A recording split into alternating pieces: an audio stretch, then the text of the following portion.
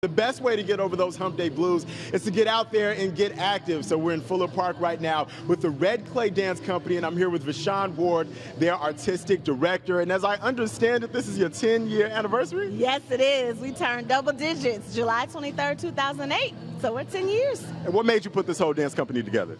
Well, I had an opportunity to travel to Senegal, West Africa in 2007. And I started to think about how I could use my work outside of making art that's beautiful, but also has a social relevance. And so I started to think about this idea of art and activism, or as we call it, artivism.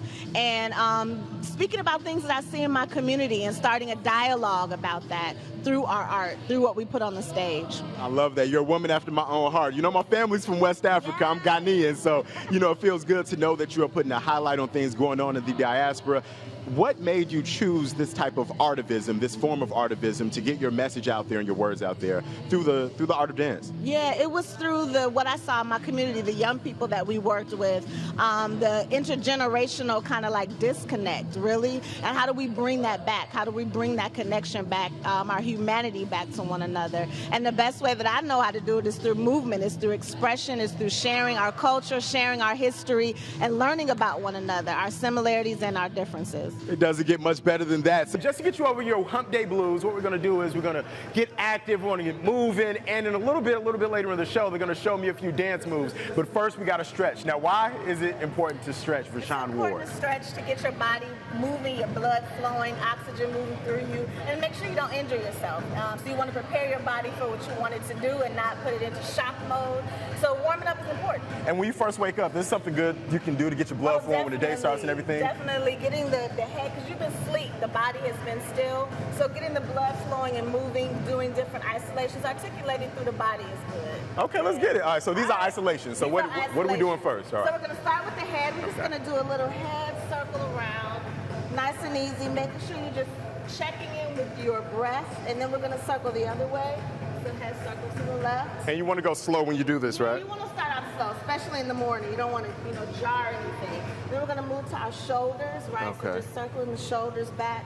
Nice. And let's circle them forward. Yeah, so we're just taking the time to warm up each part. Okay. Yes.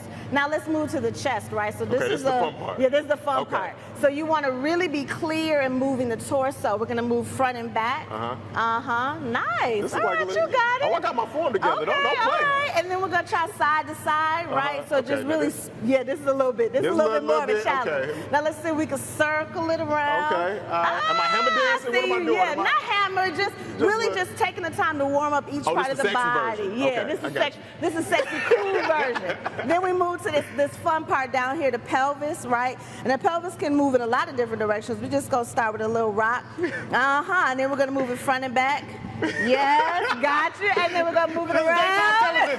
Daytime television. I understand you started the Red Clay Dance Company 10 years ago. You guys have been traveling back and forth to Africa, and this November you have something coming up? Yeah, this November we'll be premiering our newest work called Ikili Munda, which means what lies within. It's in partnership with a dance company from Uganda called Kega Dance Company. So we're excited to share this year-long collaboration at the Dance Center, Columbia College, November 8th through the 10th. November 8th through the 10th. And what's the website really quickly? dance.colum.edu for tickets, and then redclaydance.com to find out more information about us. Well, let's get a taste of what we got coming up in November. Let's get a taste of it. Let's see what's up.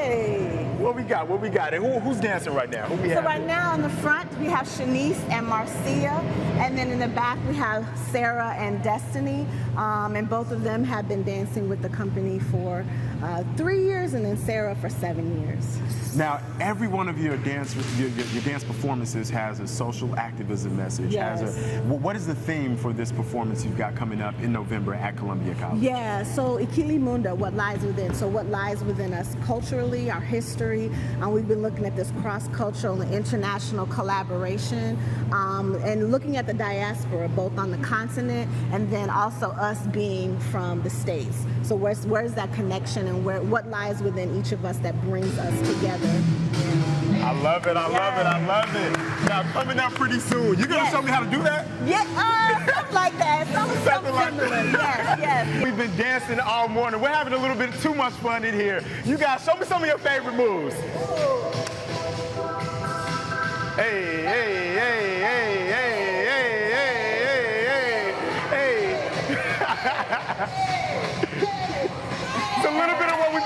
tomorrow morning. I've got Nisi, who's with the Red Clay Dance Company. Off camera, we've been talking about this. It's all about Africa. Show my shoes.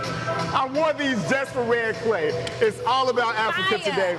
And you have a South African dance you're going to show me called the Guada Guada. Now, Rihanna did this at the Grammys, right? She sure did. But you knew about it way before then. The dancers knew about it way before it hit the platform. But the Guada Guada, that did originate in South Africa. All right, show me how to do it. We're going to come to a wide stance here, finding the softness in the knees, and literally we're going to start on the right leg, and you lift the leg up, and you want to bring the knee in. Yeah? So out, in. So once you find the anatomy in that step, you want to kind of keep it low.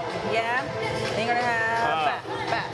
And the arms can be, there you go. The arms can be whatever you like. Some people like to keep it here. See, I ain't got enough coordination for all this. We're going to find it, yeah? Okay, we're going to find it. So we're going to do this for 8 counts, and then from this moment, we're going to hit this little bounce. We're going to step to the right first. And we're going to go to the left.